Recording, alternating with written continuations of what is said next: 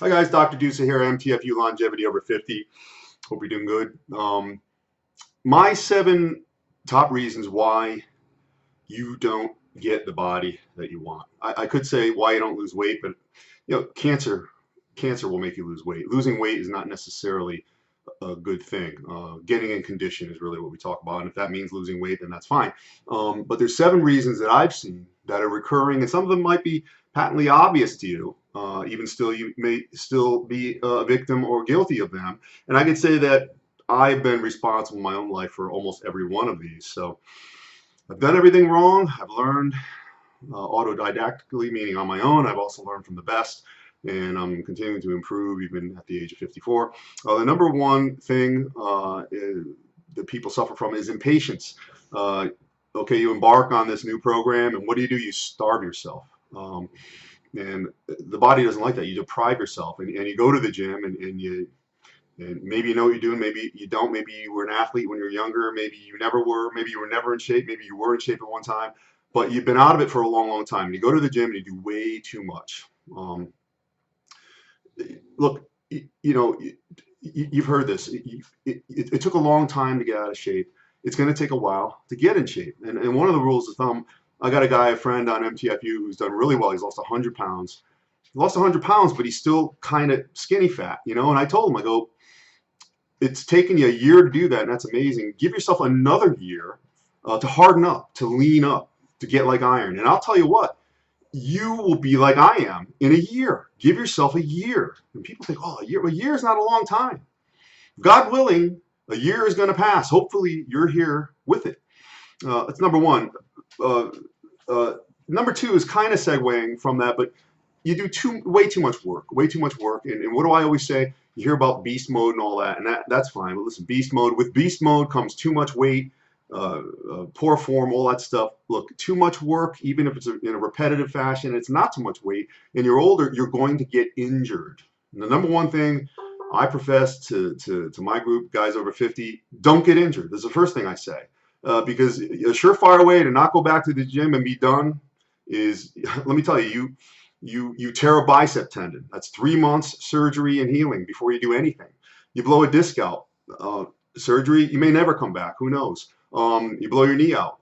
These things all happen, and the longer you're on this earth, the more it's likely for that to happen. And then you get people who are overweight. They're just too heavy, and they run very bad. Think about the impactfulness on the joints. It's just not healthy. It's one of the only times I suggest walking to start is when you're deconditioned and way too heavy and out of shape. But if you're in shape, I know some people who walk for exercise. I think that sucks. You're going to walk anyway. You've got to get your heart rate up. And that's a different issue. But the third thing I see is a drastic drop in calories. I've done this. The Mike Deuce's Suicide Canyon diet from 1985 when I was 21 years old. I got it in my head to eat one piece of salmon a day, an apple, a salad with vinegar, and I think a baked potato every third or fourth day. I did that for 30 days. Now, it was supposed to be bodybuilding. I was into body emaciation. Yeah, I got ripped, but people in the cemetery are just as ripped. So really, it's building. You want to fortify yourself. I'm not saying get jacked up, but you want to build yourself. So, you go and you starve yourself. What happens? You've heard this. You lose muscle. That's your metabolism. And you stop losing weight. And how many times do you hear people, they used to tell me this all the time, my weight loss clinic, I hardly eat anything and I just can't lose weight. Yeah, because you shut everything off. It makes sense. And I know it's hard to get over feeding the body 4 or 5 or 6 meals a day. And that's a pain in the ass. And you don't necessarily have to eat that frequently, in my opinion. But even still, you do have to feed the body. I have notes here because I don't want to miss anything. And I'll tell you this, and this is me. Okay, when you starve yourself like that, what's going to happen is, especially when you realize you're not making any results, you're going to binge, and you're going to eat a ton of food, and then you're really going to be depressed, and then you're going to be right back to where you start. So don't starve yourself. As far as hunger goes, hunger is not a good thing. You should never be hungry. If you're in a proper caloric deficit, and I don't care how you do it. You want to know what? There's keto, there's low carb, there's paleo. If it works for you, that's fine, and if it does no harm, that's fine. That if it fits your macros nonsense, I'm sorry, that I'm not fine with. If you fucking think a grilled chicken breast is the same as a Pop-Tart, Man, you're operating in a different fucking dimension. That's all I can tell you, right? And you're lazy and you're weak and you want to have a reason to eat fucking Pop-Tarts, all right? But hunger's not good. That's a warning sign. And if you go hungry, you're gonna fail. That's a fail. Number 5, this is a big one. You're too overly mindful of what you're doing. You'll see people put pictures of their food prep, 39 Tupperware containers for the week. They're measuring themselves, their body fat every day, scale weight every day, tape measure to the waist every day.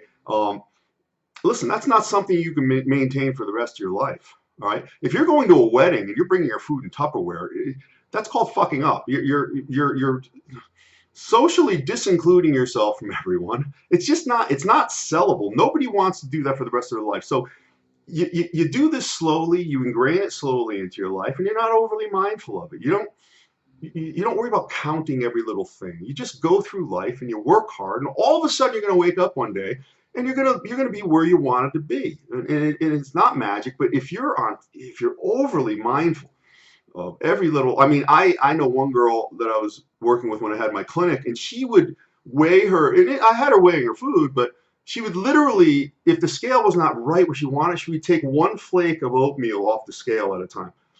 That's called, having a fucked up mind, and I can't help you with that. One of the good rules of thumb when you embark on something, I found, you got to give your body a chance. Stay on whatever you're doing for 1 month, 1 whole month. If you have a trainer, listen to that trainer. I know people that go to their trainers, well, I read this, I heard that, I talked to another guy. I would fire that fucking client. If they're not going to listen to me, listen.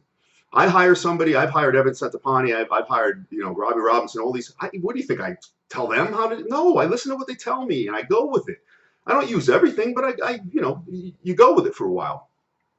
And, some of you are just around the wrong people. People who don't support you. You go to a wedding or you go to a birthday party and they're forcing cake on you. They know this is very important to you, but they've got to take you down. Italian families. I'm Italian. You're trying to get big. That's bodybuilding. Eat this pound of macaroni. That's a pain in the ass. I'm not saying shun your family, but look, if you have a crew that you hang out with and they're drinking and you've got to drink with them, just don't be around it. I'm the type who will binge, but in our house we don't have any junk. There's just nothing here, basically. So it's not a problem for me. It's not hard. And our forum here, MTFU, I have guys that, I've never even heard from some of them, but I know a lot of them. All they do is follow the videos and read, what I put and what some of the other real smart guys, and they've changed their lives just from that, without a peep. They're around the right people, right-minded people. Okay, get that negative shit. I don't care if you're an alone, walking the street, no home motherfucker. You're better off being alone if you're with people who are dragging your ass down. You try to do something big, trust me. People want you to do well. They don't want you to do much better than them, though. If you're doing something big, they want you to fucking fail. That's human nature. Why would I say that? Because it's true. People, they don't want you to. They feel scared when you're distancing yourself from them. When you get in fantastic shape. Women especially are the worst. Girl power and all that. 3 women talking to each other. One is in really good shape. The other 2 really aren't. And they're casting plaudits. Hey, you look great. This is fantastic. She walks away. Slut, bitch, this and that. Stay alone. Don't be around those types of people. And finally, psychogenics, your state of mind. Okay? If you've gotten fat or out of shape or decrepit physically in any way, there's a reason for that. It's sadness. It could be depression. It could be injury, but usually sometimes it comes along with that. You've lost yourself somehow. And let me tell you, it is way beyond the scope of your average personal trainer or gym or facility to help you with that. Listen, a lot of you just hire a personal trainer to have somebody hold your hand. And you have no intentions of making any improvements. And all you do is want to whine and complain, wasting your time, wasting everybody's time. So attend to that mental insufficiency. Why do you think guys jack themselves up and get these muscular bodies of armor? There's got to be some type of torture in the head to make you wield yourself into something so outstanding and extraordinary. There's got to be something behind it that drives you. It could be good, it could be bad, but recognize it and correct it, especially if it's keeping you fat and out of shape. I will leave you with this. The number one thing you have to do is you have to decide. And that is the hardest thing for people to do, to decide, to make a decision that you really want what it is you say you want. It's easy to say it, but if you don't self-actualize, and I'm not seeing it after a while, you're full of shit. And not making a decision is a decision. So I leave you with this: make the right decision, and don't have any resolutions.